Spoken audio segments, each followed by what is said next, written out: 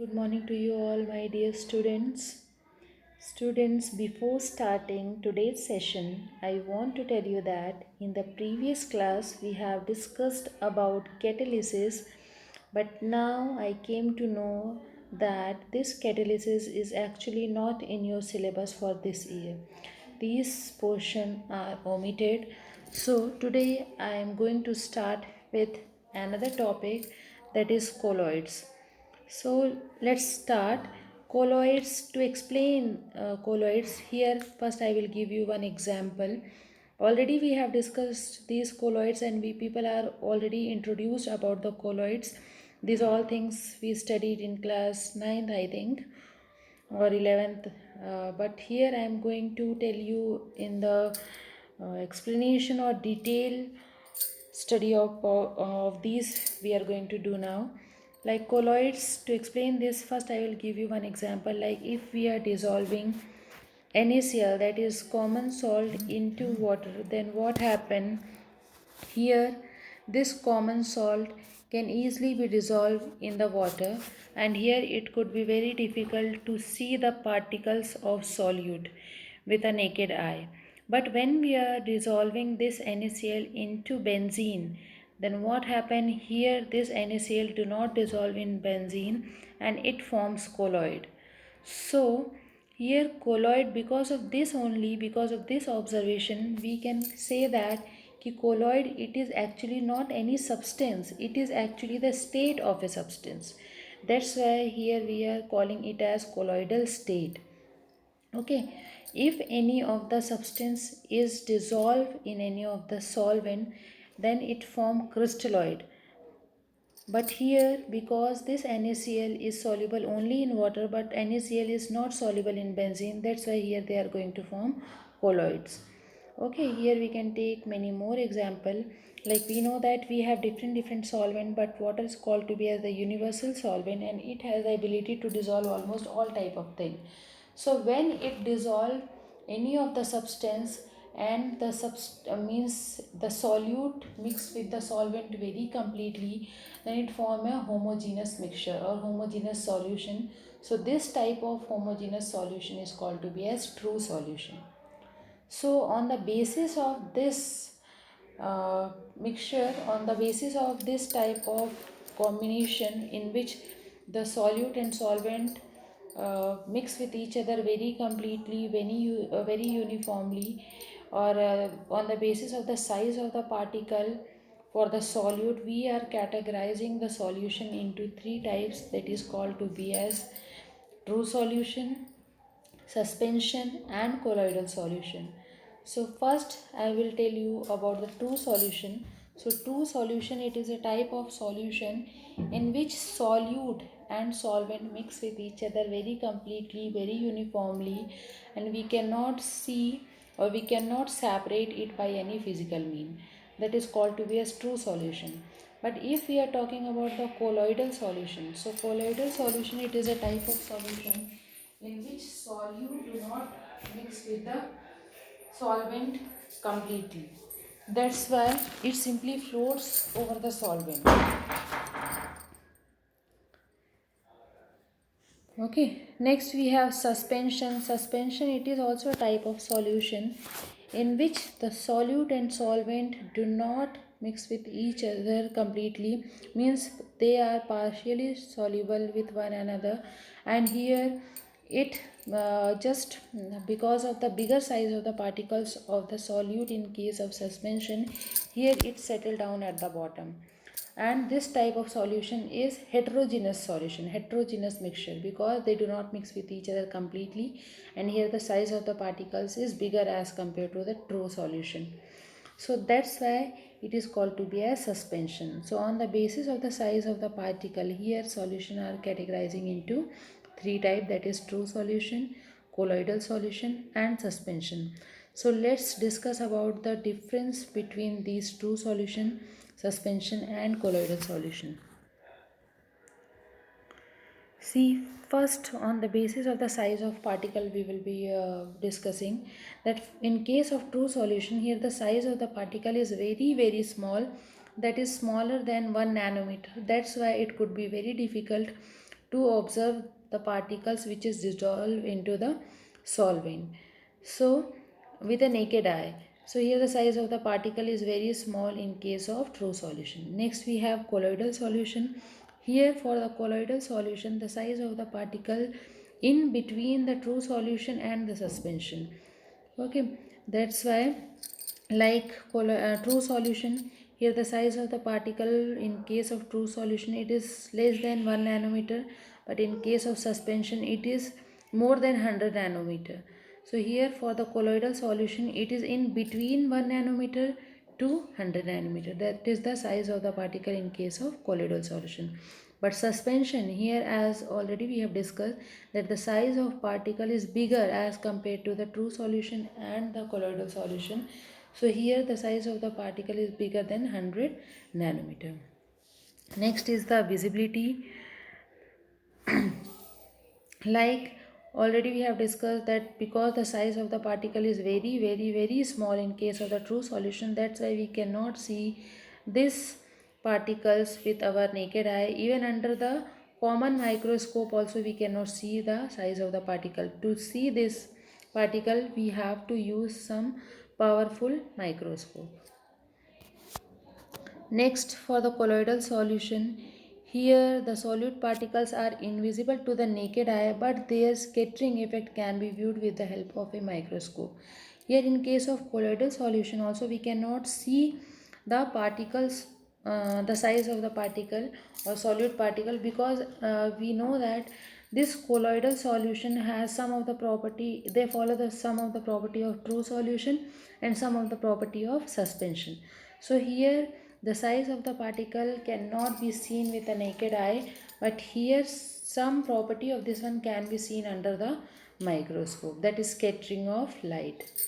Next, suspension. Here the size of the particle is very big, that's why it can be seen with the naked eye. Next is the separation, means when we pass this type of solution through the filter paper or the parchment paper, whether it can be passed or not. So because the size of the particle in case of the true solution is very small, that's why it can easily pass through the ordinary filter paper or through the ultra filter paper or any type of parchment membrane. Because here the size of this one is very small, that's why it can easily escape out from the small holes. Second, in case of colloidal solution, here the solute and the solvent cannot be separated from each other by means of the ordinary filter paper. But when we will be using some ultra filter paper, means some type of different filter paper, so with the help of this filter paper we may separate the solute particle from the solvent in case of colloidal solution. Next we have suspension. So here we know that because the size of the particle is very bigger as compared to the true solution and the colloidal solution, that's why it can easily separated by ordinary filter paper. Now settling means stability, whether they are stable or not. So here in case of true solution they are very stable. It means when we are keeping this true solution for some time without touching, so it do not settle, because here the size of the particle is very small, that's why it can mix with the solvent particle very completely. That's why for after keeping for some time it cannot be settled down at the bottom, so they are stable. Second, in case of colloidal solution, the solute particle in the colloidal solution can be made to settle by centrifugation. Here also sometimes the settling is impossible in case of colloidal solution, but sometimes it can be settled down. Like if we will be taking an example of blood, so here the particles which is present in the blood cannot be settled down. Or we can take example of milk. Milk is also an example of colloidal solution. But milk, when we are keeping milk for some time, here also whatever the particle present in the milk, it cannot be settled down. But when we will be taking example of any other, so sometime it may happen that it can be separate, or by some process like centrifugation, it is process by which we can settle down the particles of colloidal solution. Next, for suspension, Here, because the particle size is very bigger, that's why they are the mass of this one is more. So because of the heavier weight, it can be settled down at the bottom. Now, filtrability. The solute particles in the true solution diffuse rapidly, pass through a parchment membrane as well as through the filter paper. Same thing. This already we have discussed in the separation. The solute particles in the colloidal solution do not pass through a parchment membrane but pass through a filter paper, that is ultrafilter paper. For suspension, the solute particle in the suspension cannot pass through a parchment membrane or a filter paper. Now, the most important property of this one, that is Tyndall effect and Brownian movement. First, we people should know what you mean by Tyndall effect. So, it is an effect in which the particle have the tendency to scatter the beam of light. Whenever the beam of light falls over the solute particle, if the particle size is bigger, then it has the tendency to scatter the beam of light. But in case of the true solution, because here the size of the particle is very small, that's why it do not scatter the beam of light. It means it does not show Tyndall effect. Okay, but in case of colloidal solution, here the size of the particle is in between 1 nanometer to 100 nanometer. It means it may be 1.5, it may be 99.5. It means the range is very big. The range is very high, that's why it may show Tyndall effect. Suspension, in case of suspension, here also the size of the particle is bigger, that's why it can show Tyndall effect very easily. Next we have Brownian motion. What do you mean by Brownian movement? It is the zigzag movement of the particles. Okay, so here the zigzag movement cannot be observed in case of true solution, because everywhere we have to see the size of the particle. Again, here the size of the particle is very small, that's why we cannot see the movement of the particle. That's why it do not shows Brownian movement. Colloidal solution, it shows Brownian movement, and suspension may also show Brownian movement. So these are the various difference between the true solution, colloidal solution and suspension, and they differ with one another on the basis of the size of particles. Okay. After that, we have phases of colloidal solution. Colloidal solution is a heterogeneous in nature and will always consist of at least two phases. As we are talking about any type of solution, we know that how solution is formed. Solution is actually formed by the combination of solute plus solvent. And solute means what? Solute means the substance which are present in lesser amount, that is called to be as solute, and solvent is what? Which is present in more amount, that is called to be a solvent, and mixing of these two is called to be a solution. But whenever we are talking about colloidal solution, because colloidal solution, it seems to be homogeneous but actually it is heterogeneous. Okay, and here also we have two phases. One phase is called to be as dispersed phase, and second phase is called to be as dispersion medium. So what do you mean by dispersed phase? So it is the component present in small proportion and consist of particles of colloidal dimension, that is 1 to 1000 nanometer.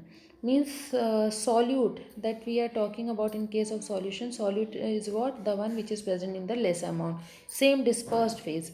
For colloidal solution, we have given another name to the solute, that is dispersed phase, which is present in the smaller proportion, that is called to be as dispersed phase. Dispersion medium is what?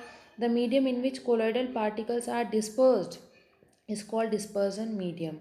Example, in a colloidal solution of sulfur in water, the sulfur particles constitute dispersed phase and water constitute dispersion medium.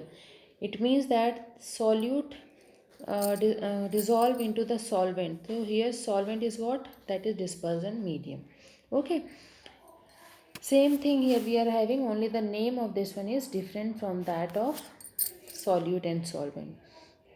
Now, after that we have classification of colloids. Classification of colloids is what? Here we have colloids various type of colloids on the basis of different dispersed phase, and on the basis of different dispersion medium. We have classified these colloids into 7 different types, so that we will discuss in the next class. Thank you students for hearing me. Thank you so much.